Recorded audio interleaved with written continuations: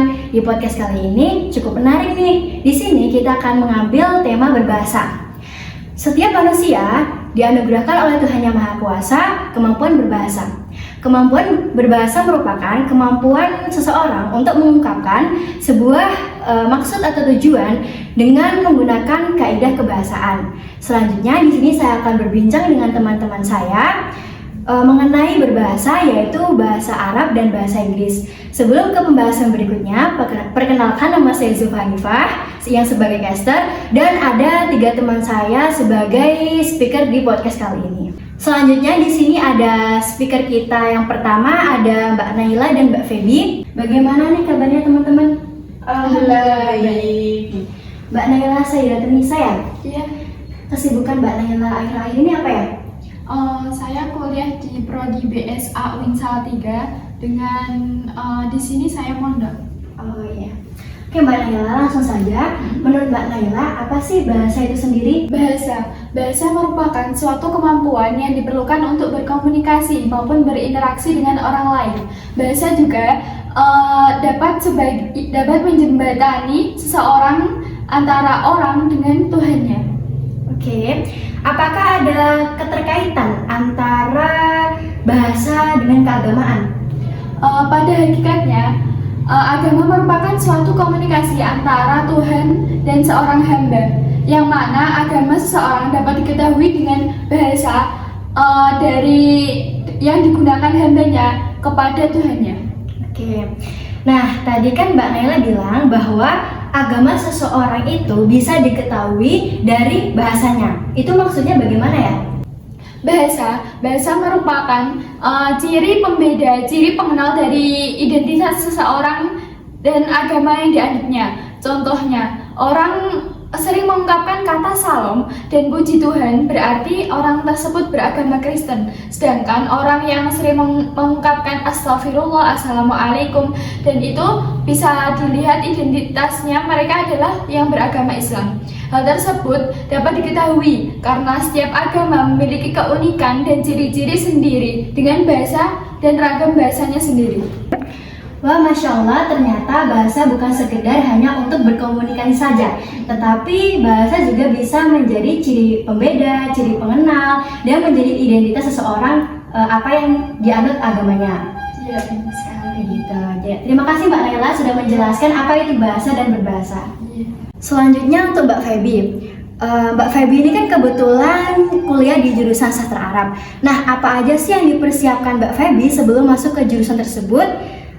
Supaya teman-teman itu paham dan tahu apa yang harus dipersiapkan. Iya, jadi yang harus dipersiapkan yang pertama tentunya ada niat yang baik. Dengan niat yang baik, insya Allah kita akan diberikan kemudahan untuk proses pembelajaran tersebut gitu.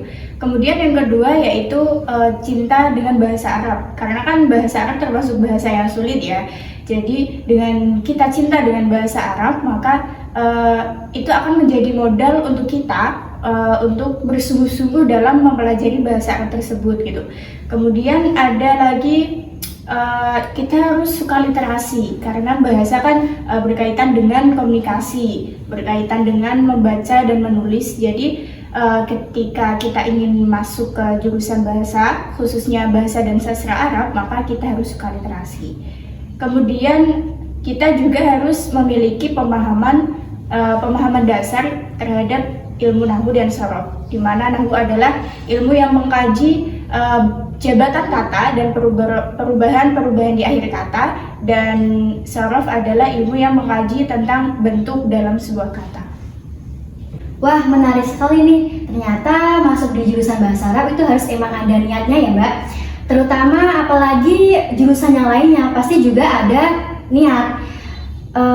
Untuk selanjutnya dari penjelasan Mbak Feby mengenai pemahaman dasar bahasa Arab, apa ada metode-metodenya? Nah, dalam mempelajari bahasa Arab ini sebenarnya ada 2 metode. Yang pertama yaitu metode tradisional atau klasikal, dan yang kedua ada metode modern. Di mana metode tradisional ini adalah kita belajar bahasa Arab dimulai dengan belajar ilmu nahwu dan shorof. Sedangkan metode modern adalah kita belajar bahasa Arab dengan menggunakan bahasa Arab untuk berkomunikasi sehari-hari dan kita harus memahami ungkapan dalam bahasa Arab gitu. Oke, untuk selanjutnya, apakah Mbak Feby bisa memberikan contoh metode modern secara aktif untuk berkomunikasi dalam bahasa Arab agar teman-teman semua bisa tahu dan paham? Benar banget Mbak Naila. Jadi gini, contohnya Sobahul khair ya Naila, Sobahun nur, kaifa haluki anti? ya khair, alhamdulillah. Nah, jadi begitu contohnya metode modern itu dengan kita menggunakan bahasa Arab untuk berkomunikasi sehari-hari. Masya Allah, ternyata bahasa Arab itu semenyenangkan itu ya Mbak. Bisa lah ya kalau saya ada tugas, tolong dikerjain gitu ya. Terus untuk selanjutnya, apakah ada keterkaitan antara bahasa Arab dengan budaya di Indonesia ya? Iya ada. Yang pertama yaitu berpengaruh terhadap bahasa Indonesia. Karena bahasa Arab kan sudah ada di Indonesia sejak abad ke-13 begitu.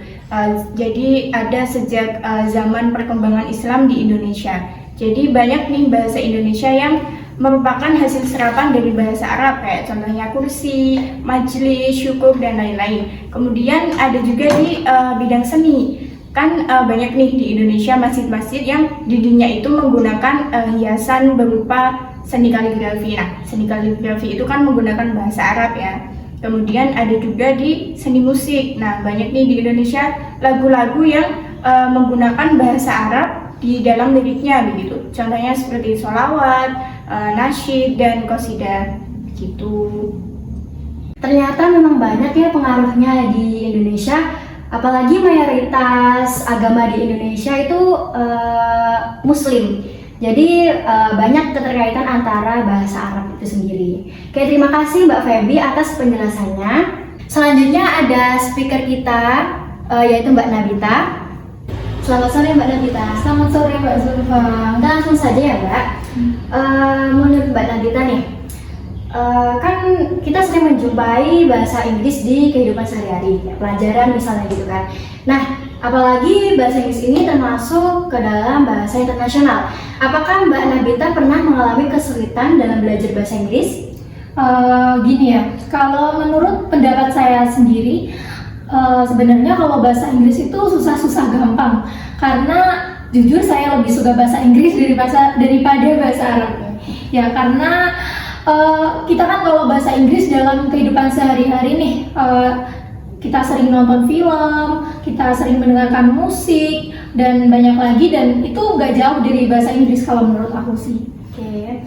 Nah, cara untuk mengatasi kesulitan-kesulitan dalam bahasa Inggris itu bagaimana Mbak? Untuk cara mengatasinya sih, kalau misalkan kita lagi di sekolah ya, yang pertama itu kalau menurut aku kita harus suka dulu nih sama dosennya. Karena guru kalau di sekolah, guru kalau di kuliah dosen ya mungkin. Karena kalau kita udah suka sama dosen atau guru tersebut, secara tidak langsung kita akan semangat untuk belajar pelajaran itu, tentunya bahasa Inggris itu sendiri. Kalau Mbak sendiri nih, sering nggak sih mengalami kesulitan dalam bahasa Inggris? Sering dong, apalagi dulu kan pengalaman saya itu kurang banget di pelajaran bahasa Inggris. Nah, aku tuh mikir ya gimana ya caranya biar aku tuh bisa mengikuti yang lainnya, karena emang bener-bener dari pertama itu nggak tahu. Nah, selanjutnya aku tuh nyari di channel YouTube gitu kan banyak. Nah, akhirnya dapet ya udah di situ aku mulai dari basic, bener-bener basic. Abis itu ada latihan soalnya kayak gitu. Pokoknya ya menurut aku sih harus konsisten aja sih. Oke Mbak Nabita, apakah ada keterkaitan yang erat antara bahasa Inggris dengan sosial? Tentunya pada era zaman sekarang banyak lah ya yang menggunakan bahasa Inggris, yang contohnya untuk pendidikan, terus ada komunikasi global, dan pekerjaan sekarang juga ada yang namanya tes TOEFL juga kan, terus akses informasi dan mobilitas sosial gitu sih. Oke.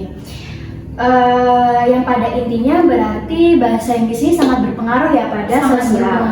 Seperti salah satunya itu mobilitas sosial, yang merupakan agar seseorang itu kayak lebih unggul dalam pekerjaan dia tersebut juga. Teman-teman udah gak kerasa nih podcast kali ini berakhir. Nah, demikian penjelasan apa itu bahasa dan berbahasa. Sekian dari saya. Wassalamualaikum warahmatullahi wabarakatuh. See you.